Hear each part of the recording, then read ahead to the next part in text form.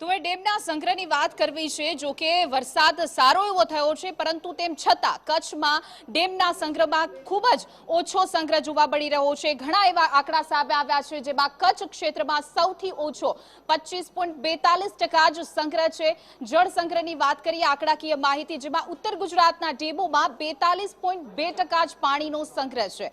તો ગુજરાતના ડેમોની સ્થિતિ છે કે ક્યાં કેટલું પાણી છે, કયા વિસ્તારમાં ક્યાં સૌથી વધુ જળ સંગ્રહ છે। તો સૌરાષ્ટ્રની વાત કરીએ, 141 ડેમમાંથી સરેરાશ 53.33% જેટલો સંગ્રહ ઉપલબ્ધ છે। તો આ તરફ કચ્છમાં સૌથી ઓછો પાણીનો સંગ્રહ છે। સૌરાષ્ટ્રના 141 ડેમમાંથી 15 એવા ડેમ છે જે સંપૂર્ણપણે ભરાઈ ગયા છે।